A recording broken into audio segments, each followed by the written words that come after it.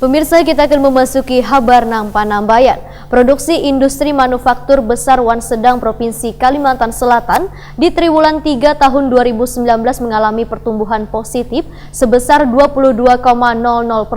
Pertumbuhan produksi positif ini disumbang oleh 6 kelompok industri manufaktur besar Wan Sedang.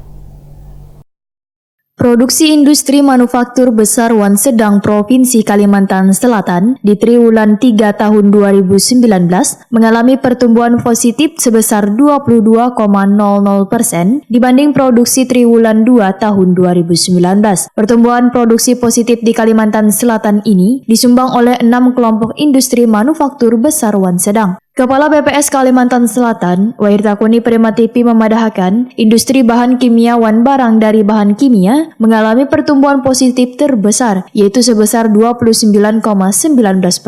Industri barang galian bukan logam berada di urutan kedua, pertumbuhan positif sebesar 25,57%. Industri kayu, barang dari kayu atau gabus, kada termasuk furniture Wan Barang anyaman dari bambu, rotan Wan sejenisnya, berada di urutan ketiga pertumbuhan positif sebesar 24,06%. Industri makanan ujar Diah Utami berada di urutan keempat pertumbuhan positif sebesar 23,75%. Industri percetakan Wan Reproduksi media rekaman berada di urutan kelima dengan pertumbuhan positif sebesar 13,54%. Sedangkan industri karet, barang dari karet Wan Plastik mengalami pertumbuhan positif sebesar 5,37%.